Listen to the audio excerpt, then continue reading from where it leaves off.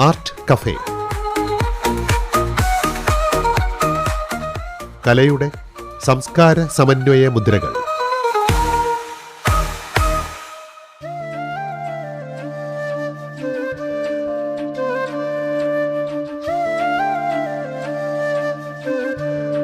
ഇന്ന് ആർട്ട് കഫേയിൽ അതിഥിയായി എത്തുന്നത് ഗാനരചയിതാവ് BK ഹരിനാരായണൻ.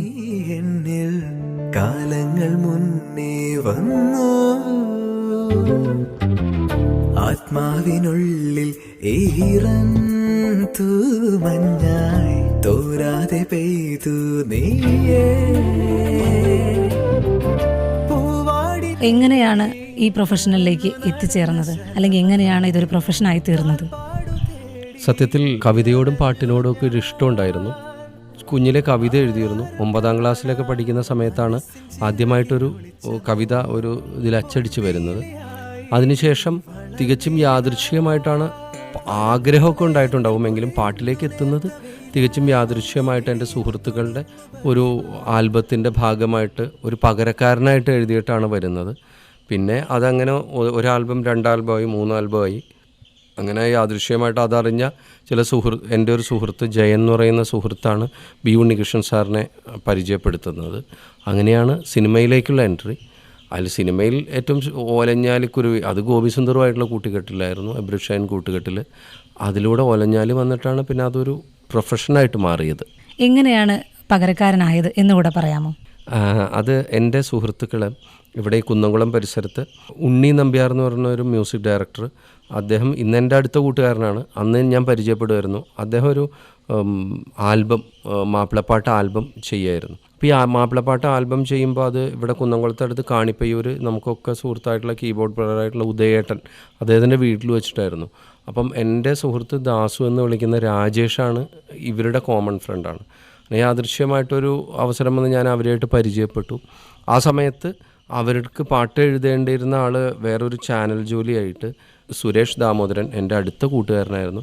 സുരേഷ് ഇന്ന് നമ്മോടൊപ്പം ഇല്ല. സുരേഷ് എഴുതേണ്ട പാട്ടുകൾ ഇമ്മീഡിയറ്റ് സുരേഷിന് വരാൻ കഴിയാത്തൊരവസരത്തിലാണ് എനിക്ക് ട്രൈ ചെയ്യേണ്ടി വന്നത്. അങ്ങനെ ട്രൈ ചെയ്തു, അതെഴുതി. അത് അങ്ങനെ ഒരു 5 പാട്ടോളം ആ മാപ്പിളപ്പാട്ട് ആൽബത്തിൽ എഴുതി. അങ്ങനെയാണ് അതിലേക്കുള്ളൊരു വരവ്. വിദ്യാഭ്യാസ കാലഘട്ടം കഴിഞ്ഞ് നമ്മൾ ഏതെങ്കിലും ഒരു ജോലി തിരഞ്ഞെടുക്കണം, അല്ലെങ്കിൽ ജീവിക്കാനായിട്ട് ഏതെങ്കിലും ഒരു ജോലി ചെയ്യുന്നു എല്ലാവരും. പക്ഷെ അതിൽ നിന്നും സ്വന്തം മനസ്സിന് ഇഷ്ടപ്പെട്ട രീതിയിൽ ഉള്ള ഒരു ജോലി ചെയ്ത് ജീവിക്കുന്നതിൽ ഒരു പ്രത്യേക സന്തോഷമില്ലേ? അതിനെക്കുറിച്ചൊന്ന് പറയാമോ? തീർച്ചയായിട്ടും. ഇങ്ങനെ ഒരു ജോലി ചെയ്യുമ്പോൾ അതിനൊരു സന്തോഷമുണ്ട്. പക്ഷേ അതിൻ്റെ ഉത്തരവാദിത്വങ്ങളുമുണ്ട്. അതിൻ്റെ നമ്മൾ പറയുന്ന പോലെ ഇപ്പോൾ ഒരാളുടെ മുന്നിലിരുന്ന് നമ്മൾ എപ്പോഴും പുതിയത് സൃഷ്ടിക്കണം എന്നുള്ളതുണ്ട്. പുതിയൊരു സംവിധായകൻ്റെ മുമ്പിലാവും ഓരോ പാട്ടിനും വന്നിരിക്കുന്നത്. ചിലപ്പോൾ സംഗീത സംവിധായകർ പുതിയ ആളുകളാവും. അങ്ങനെ പുതിയൊരു കൂട്ടുകെട്ടിൻ്റെ ഒപ്പമാണ്. അപ്പം മറ്റൊരു ജോലിയെ സംബന്ധിച്ചിടത്തോളം ചിലപ്പോൾ ഇന്ന് ചെയ്തതിൻ്റെ തുടർച്ചയായിരിക്കും നമ്മൾ ചെയ്തുകൊണ്ടിരിക്കുന്നത്. ഇത് തുടർച്ചയാണെങ്കിലും ഓരോന്നും പുതിയതാണ്, ഓരോന്നും പുതിയ പാഠങ്ങളാണ്. അപ്പം അതിൻ്റെ ചലഞ്ചസും ഉണ്ട്. പാമുക്ക് പറയുന്ന പോലെ ഇതാണ് എൻ്റെ ഏറ്റവും മികച്ച നിമിഷം ജീവിതത്തിൽ എന്നുള്ള രീതിയിൽ അതിനെ ചേർത്ത് പിടിച്ചുകൊണ്ട് തന്നെയാണ് ചെയ്യുന്നത്. ഗാനരചനാ ശൈലി ഓരോരുത്തരിലും വ്യത്യസ്തമാണ്. ഇഷ്ടപ്പെട്ട ഗാനരചയിതാവ് ആരാണ്? ഇപ്പോൾ പലരും പറയും ഒരാൾക്ക് അയാളുടേതായ ഒരു ഐഡൻറ്റിറ്റി ഉണ്ട് എന്ന് പറയും ഗാനരചനയിൽ. പക്ഷെ അത് സംഭവിക്കേണ്ടതാണ് എന്നാണ് പലപ്പോഴും തോന്നാറുള്ളത്. അതുപോലെ തന്നെ നമ്മളെ സ്വയം പൊളിച്ചുകൊണ്ടിരിക്കുമ്പോൾ ഒന്നിൽ നിന്ന് മറ്റൊന്നിലേക്ക് എത്തുമ്പോൾ നമ്മളെ പൊളിച്ചുകൊണ്ടിരിക്കുകയാണ് ചെയ്യേണ്ടത് എന്നൊരു പക്ഷമാണ് എനിക്ക്. അപ്പോൾ നമ്മുടേതായ ഒരു ഐഡൻറ്റിറ്റിക്ക് അപ്പുറത്ത് നമ്മൾ ഓരോ ദിവസവും പുതുതാകുമ്പോൾ അങ്ങനെയൊന്നും ഇല്ലാതെ വരുള്ളൂ. പുതിയത് കണ്ടെത്തുക, അതാണ് ആഗ്രഹം. അത് എത്ര കണ്ട് പറ്റുന്നുണ്ട് എന്നുള്ളത് വേറെ കാര്യം. ഞാൻ മനസ്സിലാഗ്രഹമാണ് പറഞ്ഞത്. പിന്നെ രണ്ടാമത്തെ കാര്യം എന്ന് പറഞ്ഞാൽ നമ്മളൊരു സിനിമയുടെ ഭാഗമായിട്ടാണ് പ്രവർത്തിക്കുന്നത്. സിനിമയുടെ ഭാഗമായിട്ട് പ്രവർത്തിക്കുമ്പം ഒരു സിറ്റുവേഷനും ഈണത്തിനും അനുസരിച്ചാണ് ചെയ്യുന്നത്. അപ്പോൾ പ്രധാന ഇൻപുട്സൊക്കെ അവരിൽ നിന്നാണ്. അപ്പോൾ നമ്മുടെ പാട്ട് അതിനനുസരിച്ചും മാറും. ഒരു സ്വതന്ത്ര കലയല്ല പാട്ടെഴുത്ത് എന്ന് പറയുന്നത്. അപ്പം അതിനനുസരിച്ച് മാറും. പിന്നെ രണ്ടാമത് ചോദിച്ചതിൻ്റെ ഉത്തരം, ഗാനരചനാ ശൈലി ഒരുപാട് പേരുടെ ഗാനരചനാ ശൈലി എന്നെ സ്വാധീനിച്ചിട്ടുണ്ട്. മുതുകുളം രാഘവൻ പിള്ളയിൽ തുടങ്ങി ഇങ്ങെത്തി നിൽക്കുന്നതാണ് നമ്മുടെ ഗാനരചന. ഇതിൽ ഒരുപാട് പേര്, വയലാറാണെങ്കിലും ശ്രീകുമാരൻ നമ്പി സാറാണെങ്കിലും ONV സാറാണെങ്കിലും അതിനുശേഷം പുത്തഞ്ചേരി സാറായാലും ഗിരീഷേട്ടനായാലും കാവാലൻ സാറാണെങ്കിലും ബിച്ചു തിരുമല, അതുപോലെ പൂവച്ചൽ ഖാദർ തുടങ്ങിയിട്ടുള്ള ആളുകളൊക്കെ എന്നെ സ്വാധീനിച്ചിട്ടുണ്ട്. ഗിരീഷ് പുത്തഞ്ചേരി കൈതപ്രം, റഫീഖ് അഹമ്മദ് എൻ്റെ നാട്ടുകാരൻ തന്നെയാണ്, അദ്ദേഹം റഫീഖ് ഒരുപാട് സ്വാധീനിച്ചിട്ടുണ്ട്. എനിക്ക് ശേഷം വന്നവരും ഉണ്ട്. പക്ഷേ എന്തൊക്കെ പറഞ്ഞാലും സ്വാധീനത്തിനപ്പുറം ഒരിഷ്ടം എന്തുകൊണ്ടോ, പണ്ടൊരാൾ പറഞ്ഞ പോലെ ഒരു ഉത്സവപ്പറമ്പിലെ കണ്ണാടിക്കൂട്ടിൽ കാണുന്ന പലഹാരം നമ്മുടെ കയ്യിൽ ആ പലഹാരം വന്നാലും ഉത്സവപ്പറമ്പിലെ കണ്ണാടിക്കൂട്ടിൽ ആ പലഹാരം കാണുമ്പോൾ ഒരിഷ്ടം കൂടുതൽ തോന്നും എന്ന് പറയുന്നത് പോലെ നമ്മുടെ കയ്യിലുള്ള വാക്കാണെങ്കിൽ ആ പാട്ടിൽ കേൾക്കുമ്പോൾ എന്തോ ഒരു പ്രത്യേകത തോന്നും. നമ്മൾ ഉപയോഗിക്കുന്ന വാക്കുകളായിരിക്കാം, എന്നാലും അത് ആ കണ്ണാടിക്കൂട്ടിൽ കാണുമ്പോൾ ഒരിഷ്ടം തോന്നുന്നു പറഞ്ഞ പോലെ ആ രീതിയിലാണ് എനിക്ക് ഭാസ്കരൻ മാഷ്ട പാട്ടുകളെ തോന്നാറും. അതുകൊണ്ട് ഭാസ്കരൻ മാഷ്ട പാട്ടിനോട് എന്തോ ഒരു ഇഷ്ടമുണ്ട്. ഒരു ഗാനരചയിതാവിനെ സംബന്ധിച്ചിടത്തോളം വരികൾ രൂപപ്പെടുത്തിയതിന് ശേഷം അതിന് സംഗീതം കൊടുക്കുന്നതിനോടാണോ, അതോ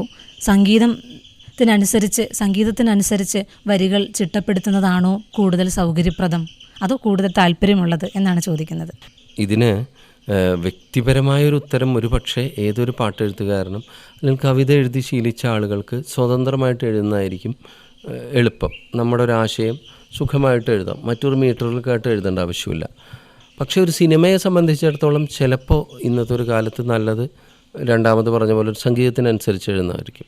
ഞാൻ എഴുതാൻ തുടങ്ങിയ ഒരു കാലത്ത് ഏറ്റവും കൂടുതൽ എൻ്റെ എഴുതിയ പാട്ടുകളിൽ ഒരു 90% മുകളിൽ അല്ലെങ്കിൽ ഒരു 95% അത്ര വേണ്ട, അതിലും കൂടുതൽ എഴുതിയത് ട്യൂണിനാണ്, ഈണത്തിനാണ് പാട്ട് എഴുതിയത്. അപ്പം അതുകൊണ്ട് എനിക്കത് ഒരു ശീലം ഉണ്ട്, അതുകൊണ്ട് അത് കംഫർട്ടബിളാണ്. പിന്നെ ഇതിൽ എനിക്ക് തോന്നിയിട്ടുള്ളത്, നമ്മൾ ഒരു ഈണത്തിനനുസരിച്ച് വരി എഴുതുമ്പം എഴുതുന്നവൻ ഈണത്തിലെ വരി കണ്ടെത്താൻ ശ്രമിക്കുന്നു. നേരെ മറിച്ച് വരിക്ക് ഈണമിടുമ്പോൾ വരിയിലെ സംഗീതം കണ്ടെത്താൻ സംഗീത സംവിധായകൻ ശ്രമിക്കുന്നു. മൂന്നാമതൊരാളെന്ന നിലയ്ക്ക് നോക്കുമ്പോൾ എല്ലാം ഒരുപോലെ തന്നെയാണ്. അതൊരു ഒന്നിച്ച് സമഗ്രത എന്നുള്ള രീതിയിൽ. പക്ഷേ നമ്മളൊരു പാട്ടെഴുത്തുകാരൻ എന്ന് പറഞ്ഞ് നോക്കുമ്പോൾ ചിലപ്പോൾ ഇതായിരിക്കും ചിലപ്പോൾ നമുക്ക് ഇഷ്ടം തോന്നുന്നത്, അത്രേ ഉള്ളൂ. ചിലപ്പോൾ ഒരു പാട്ടെഴുത്തുകാരൻ ഈണത്തിലെ വരിയായിരിക്കും കണ്ടെത്തുന്നത്. നേരെ മറിച്ച് ഒരു സംഗീത സംവിധായകൻ ആവുമ്പോൾ വരി എഴുതിയിട്ടാകുമ്പോൾ സംഗീത സംവിധായകൻ വരിയിലെ ഈണത്തെ കണ്ടെത്താൻ ശ്രമിക്കുന്നു. രണ്ടും ഒരുപോലെ തന്നെയാണ്. സമഗ്രമായിട്ട് ചിന്തിക്കുമ്പോൾ രണ്ടും ഒന്ന് തന്നെയായിട്ടാണ് തോന്നുന്നത്. കൂടുതൽ ഗാനങ്ങളും നമ്മൾ ശ്രദ്ധിച്ചു കഴിഞ്ഞാൽ ഹരിനാരായണൻ ഗോപി സുന്ദർ കൂട്ടുകെട്ടിലാണ് കൂടുതൽ ഗാനങ്ങളും പിറവി കൊണ്ടിട്ടുള്ളത്. അല്ല, അത് എൻ്റെ ഒരു കരിയർ തുടങ്ങുന്നത് സത്യം ഞാൻ ഉണ്ണികൃഷ്ണൻ സാറിൻ്റെ വർക്കിൽ എത്തിയതിന് ശേഷം എന്നെ ഉണ്ണികൃഷ്ണൻ സാറ് മിസ്റ്റർ ഫ്രോഡ് എന്ന് പറഞ്ഞ സിനിമയ്ക്ക് വേണ്ടിയിട്ട് ഗോപി സുന്ദറിനെ പരിചയപ്പെടുത്തി, അങ്ങനെ എഴുതി. പിന്നെ അവിടുന്ന് അങ്ങോട്ട് ഇപ്പം ഓലഞ്ഞാലിക്കുരുവിയാണ് എൻ്റെ ഏറ്റവും കരിയർ ബ്രേക്കായ ഒരു പാട്ടാണ്. അത് ഗോപി സുന്ദർ എന്ന സംഗീത സംവിധായകൻ താരതമ്യേന തുടക്കക്കാരനായി എന്നിൽ അർപ്പിച്ച വിശ്വാസമാണ് ആ പാട്ട്. അദ്ദേഹമാണ് എബ്രഡ് ഷൈനെ പരിചയപ്പെടുത്തി, അവരിൽ നിന്നാണ് ആ പാട്ടുണ്ടാകുന്നത്. അതിനുശേഷം എൻ്റെ ഒരു കരിയറിന് മുതൽക്കൂട്ടാവുന്ന കുറേ കാലത്തോളം അദ്ദേഹത്തിൻ്റെ ഒരു വിശ്വാസമായിരുന്നു എൻ്റെ ബലം എന്ന് പറയുന്നത്. കരിയറിൽ ഒരുപാട് പാട്ടുകൾ ഇപ്പോഴും അത് തുടർന്നുകൊണ്ടിരിക്കുന്നുണ്ട്. അപ്പം ആ ഒരു കെമിസ്ട്രി സ്വാഭാവികമായിട്ടും കൂടുതൽ ഞങ്ങൾ ചെയ്തു. ഒരു എഴുത്തിൽ ഒരു അടുപ്പം വന്നു, മാനസികമായിട്ടും നല്ല അടുപ്പമുണ്ട്. എൻ്റെ ആദ്യ കാലഘട്ടത്തിൽ പല പാട്ടുകളിലും ഒരു ഈണത്തിന്, നമ്മൾ നേരത്തെ സംസാരിച്ച ഈണത്തിന് വരി എഴുതുമ്പോൾ അതിൻ്റെ ഭാവം കണ്ടെത്തുന്നതിനെയൊക്കെ പറ്റി കുറേ കാര്യങ്ങൾ അദ്ദേഹം പറഞ്ഞു തന്നിട്ടുണ്ട്. അദ്ദേഹത്തിന് അങ്ങനെ വലിയൊരു എക്സ്പീരിയൻസ് വളരെ ചെറുപ്പം തൊട്ട് സിനിമാ രംഗത്ത് വന്ന ഒരാളാണ്, അസിസ്റ്റൻറ്റ് മ്യൂസീഷ്യനൊക്കെ ആയിട്ട്. അപ്പം ആ രീതിയിലുള്ളൊരു എക്സ്പീരിയൻസ്, അപ്പോൾ അത് ധാരാളം പറഞ്ഞു തരാറുണ്ട്. അപ്പോൾ ആ ഒരു കെമിസ്ട്രി ഞങ്ങളുടെ ഇങ്ങനെ തന്നെ അനുഭവത്തിലൂടെ തന്നെ വർക്കായതാണ്. അപ്പോൾ തീർച്ചയായിട്ടും അത് ഇപ്പോഴും കൊണ്ടുപോകുന്നു, അത് ഇനിയും തുടരണം എന്ന് തന്നെയാണ് ആഗ്രഹിക്കുന്നത്. ഞാൻ പിന്നീട് ഇപ്പം രാഹുൽ രാജ്, അതുപോലെ ഷാൻ റഹ്മാൻ്റെ കൂടെ ഒരുപാട് പാട്ടുകൾ ഞങ്ങൾ ചെയ്യുന്നുണ്ട്. ബിജിപാലിൻ്റെ കൂടെ അങ്ങനെ കുറേ സിനിമകൾ ബിജിപാലിൻ്റെ കൂടെ ചെയ്യുന്നു. താരതമ്യേന എണ്ണത്തിൽ അത്ര കുറവാണെങ്കിലും ദീപക് ദേവിൻ്റെ കൂടെയും ഞാൻ ആദ്യമായിട്ട് വർക്ക് ചെയ്ത ഡയറക്ടർമാരിൽ ഒരാളാണ്. എം ജയേന്ദ്രൻ തുടങ്ങിയിട്ടുള്ള ആളുകളുടെ ചെയ്യുന്നു. പുതിയ ആളുകൾ, പ്രശാന്ത് പിള്ളയുടെ കൂടെ, വളരെ വ്യത്യസ്തമായിട്ടുള്ള സംഗീതം തരുന്ന പ്രശാന്ത് പിള്ളയുടെ കൂടെ പിന്നെ പുതിയ ഇപ്പം രഞ്ജിൻ രാജിനെയും കൈലാസ് മേനോനെയും പോലുള്ളവരെ ഒപ്പമൊക്കെ ചെയ്യുന്നുണ്ട്. ഇപ്പം പിന്നെ ഇപ്പോൾ സീനിയേഴ്സായിട്ടുള്ള ഔസേപ്പച്ചൻ സാറ്, ജെറിയമൽ ദേവ് മാഷ്, അവരുടെ കൂടെയൊക്കെ ചെയ്യാൻ പറ്റിയിട്ടുണ്ട്. സ്വന്തം രചനയിൽ കൂടുതലും മെലഡികളാണല്ലേ രൂപം കൊണ്ടിട്ടുള്ളത്. ഈ കാറ്റ് വന്ന് കാതിൽ പറഞ്ഞു, ഓലഞ്ഞാലിക്കുരുവി, ഈറൻ കാറ്റിൻ തുടങ്ങി എഴുതിയ ഒരുപാട് ഗാനങ്ങൾ കൂടുതലും മനസ്സിലാകുന്നതും അത് നല്ല മെലഡി ഗാനങ്ങളാണ് കൂടുതലും എഴുതിയിട്ടുള്ളത്. അപ്പോൾ അതിനെക്കുറിച്ച് ഒന്ന് പറയാമോ?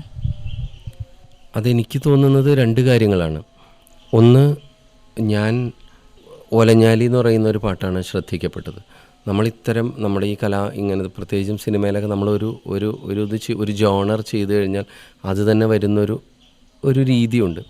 അപ്പം അങ്ങനെ അതിനനുസരിച്ച് എനിക്ക് അങ്ങനത്തെ പാട്ടുകൾ പിന്നീട് വരുന്നുണ്ടായിരിക്കാം. എന്നാൽ അതേസമയം മറ്റു പാട്ടുകളും ഞാൻ എഴുതിയിട്ടുണ്ട്. ഇപ്പോൾ ഈ എന്തുണ്ടാക്കടാവേ, കൽബിൽ തേനൊഴുകണ കോഴിക്കോട്, മുരുക മുരുക പുലിമുരുക തുടങ്ങിയിട്ടുള്ള പാട്ടുകൾ എഴുതിയിട്ടുണ്ട്. പക്ഷേ നമ്മൾ മെലഡിയാണ് മലയാളികൾക്ക് എപ്പോഴും ഇഷ്ടപ്പെടുന്നത്.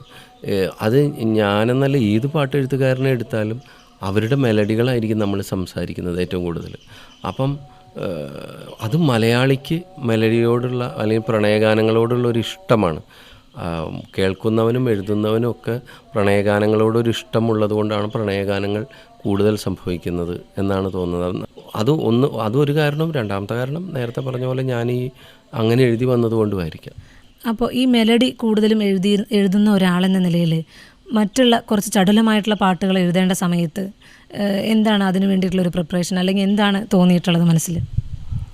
ഇല്ല, ഞാൻ എന്നെ സംബന്ധിച്ചിടത്തോളം മെലഡി എഴുതുക എന്നതിനപ്പുറം ഒരു പാട്ട് എഴുതാനിരിക്കുന്ന സമയത്ത് ഏറ്റവും ആദ്യത്തെ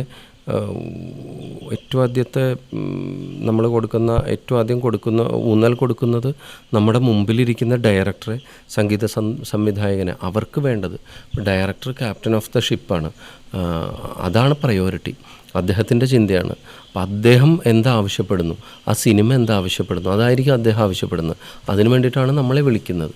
അപ്പം അത് കൊടുക്കുക എന്നുള്ളതാണ്. അപ്പം അത് മെലഡിയാണെങ്കിലും എന്താണെങ്കിലും, അത് അടിച്ചുപൊളിയാണെങ്കിലും വിരഹഗാനമാണെങ്കിലും എന്താണെങ്കിലും ഞാൻ കൊടുക്കാൻ തയ്യാറായിട്ട് തന്നെയാണ് ചെയ്യാറും. നമ്മളധികം മെലഡി വരുന്നു, അല്ലെങ്കിൽ വരുന്നതിൽ ഏറ്റവും കൂടുതൽ ആളുകളിലും ശ്രദ്ധിക്കപ്പെടുന്നത് മെലഡി ആയതുകൊണ്ടായിരിക്കാം ഈ മെലഡി വരുന്നതെന്നുള്ളൂ. മറ്റതും എഴുതുന്നുണ്ട്, അത് സ്വാഭാവികമായിട്ട് പോകണമെന്നുണ്ട്. എനിക്ക് മെലഡി മാത്രം എഴുതണം അങ്ങനെ ആഗ്രഹമൊന്നുമില്ല. എനിക്ക് വരുന്ന പാട്ട് എന്താണെങ്കിലോ അവർ വിചാരിക്കുന്ന രീതിയിൽ എഴുതി കൊടുക്കുക എന്ന് മാത്രമേ ഞാൻ വിചാരിക്കാറുള്ളൂ. യുവതലമുറയ്ക്ക് ഇഷ്ടപ്പെടുന്ന അല്ലെങ്കിൽ ന്യൂജൻ പ്രണയഗാനങ്ങൾ കൂടുതലും രചിച്ചിട്ടുള്ള ഒരാൾ എന്ന് തോന്നുന്നു. കാരണം ആദം ജോണിലെ പാട്ട്, വികടകുമാരൻ, തീവണ്ടി, ജോണി എസപ്പ, കളിക്കൂട്ടുകാർ തുടങ്ങി നിരവധി ചിത്രങ്ങളിൽ പുതുതലമുറയ്ക്ക് ഇഷ്ടപ്പെടുന്ന രീതിയിൽ പ്രണയഗാനങ്ങളെ ഒരുക്കിയിരിക്കുന്നു. അതിനെക്കുറിച്ച് എന്തെങ്കിലും പറയാമോ? പാട്ടെന്ന് പറയുന്നത് എനിക്ക് തോന്നുന്നത് ഒരു കാലത്തിൻ്റെ കണ്ണാടിയാണ്. എന്തൊക്കെ പറഞ്ഞാലും ഈ കാലം പാട്ടിൽ പ്രതിഫലിക്കും. ഞാൻ ഈ കാലത്താണ്. ന്യൂജൻ എന്ന വാക്കിനോട് യോജിക്കുന്നില്ലെങ്കിലും ഈ കാലത്താണ് ഞാൻ ജീവിക്കുന്നത്. അപ്പോൾ ഈ കാലത്തിൻ്റെ കഥ, ഈ കാലത്തിൻ്റെ കഥാപശ്ചാത്തലം, ഈ ഗാനത്തിൻ്റെ ചിത്രീകരണ രീതി, ഈ ഗാനത്തിൻ്റെ ഡയറക്ടേഴ്സിൻ്റെ തോട്ട് പ്രോസസ്സ്, ഈ ഗാനത്തിൻ്റെ സംഗീതം, ഇതിനൊക്കെ ചേർന്നാണ് നമ്മൾ വരിക എഴുതുന്നത്. സ്വാഭാവികമായിട്ടും അതിനോട് ചേർന്ന് നിൽക്കുന്ന ഒരു വരി വരുന്നു എന്നുള്ളൂ. പക്ഷേ മനസ്സുകൊണ്ട് ഇപ്പോഴും പിന്നിൽ ചവിട്ടി നിൽക്കുന്ന ഒരാൾ തീർച്ചയായിട്ടും ഉണ്ട്. ആ പാട്ടുകളെ, ആ മലയാളത്തിൻ്റെ ആ പഴയ ഗാനങ്ങളെ ഞാൻ അതുപോലെ തന്നെ നെഞ്ചോട് ചേർത്ത് ഇഷ്ടപ്പെടുന്നുമുണ്ട്. കാലം ചെല്ലും തോറും മലയാള ഗാനരചനയിൽ ഉണ്ടാകുന്നൊരു വ്യത്യാസം നമുക്ക് കാണാൻ കഴിയുന്നുണ്ട്. പക്ഷെ ചില സമയത്ത് നമുക്ക് തോന്നാറുണ്ട് ആ വ്യത്യാസം നമുക്ക് തോന്നേണ്ട ആവശ്യമില്ല, കാരണം അതുപോലെ തന്നെയുള്ള നല്ല രചനകൾ ഇപ്പോഴും വരുന്നുണ്ട് എന്ന് തോന്നാറുണ്ട്. പാട്ടിനെ ഒരുപാട് സ്നേഹിക്കുന്നവരാണ് മലയാളികൾ എവിടെ ചെന്നാലും. മാത്രമല്ല പാട്ടാണ് എന്നെ അക്ഷരം. ഒരിക്കൽ ജയരാജ് വാര്യർ എവിടെയോ പറയുന്നുണ്ടായി, എന്നെ മലയാളം പഠിപ്പിച്ചത് ശ്രീനഗരത്തിലെ ചിത്രവനത്തിലെ ശിശിരമനോഹര കന്യകെ, നിൻ്റെ ആ പാട്ടാണ് എന്നെ അക്ഷരം പഠിപ്പിച്ചത്, മലയാളം പഠിപ്പിച്ചതെന്ന് അദ്ദേഹം പറയുണ്ടായി. അതുപോലെ മലയാളം പാട്ട് കേട്ട് പഠിച്ച യേശുദാസ് അധ്യാപകനായ അങ്ങനെയുള്ള കുറേ ആളുകളുണ്ട്, യേശുദാസും ജയചന്ദ്രനുമൊക്കെ. അപ്പോൾ അത്രയും നെഞ്ചോട് ചേർത്തിട്ടാണ് മലയാളികൾ പാട്ടിനെ ഇഷ്ടപ്പെടുന്ന ഒരു തലമുറ.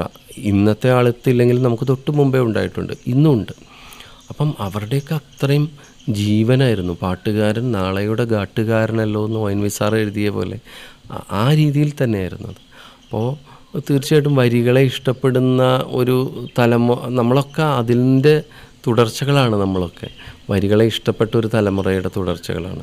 അത് പാട്ടും പാട്ടിൻ്റെ വരികളും ഒക്കെ മലയാളി ജീവിതത്തിൻ്റെ ഒരു ഭാഗം തന്നെയായിരുന്നു. ഓലഞ്ഞാലിക്കുരുവി ഇളം കാറ്റിലാടി വരുന്നീ.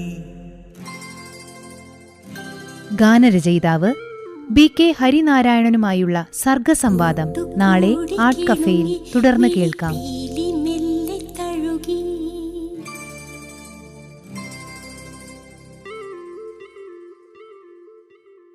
ഓലഞ്ഞാലിക്കുരുവി ഇളം കാറ്റിലാടി വരുന്നീ. കൂട്ടുകൂടി കിണുങ്ങി മിഴിപ്പീലി മെല്ലെ തഴുകി. നറുചിരി നാലുമണി പൂവ് പോൽ വിരിഞ്ഞുവോ. ചെറുമഷി കണ്ടു നീട്ടി വന്നെടുത്തു നിന്നുവോ. മണിമധുരം നുണയും കനവിൻ മഴയിലോ നനയും ഞാനാദ്യമായി. ഓലഞ്ഞാലിക്കുരുവി ഇളം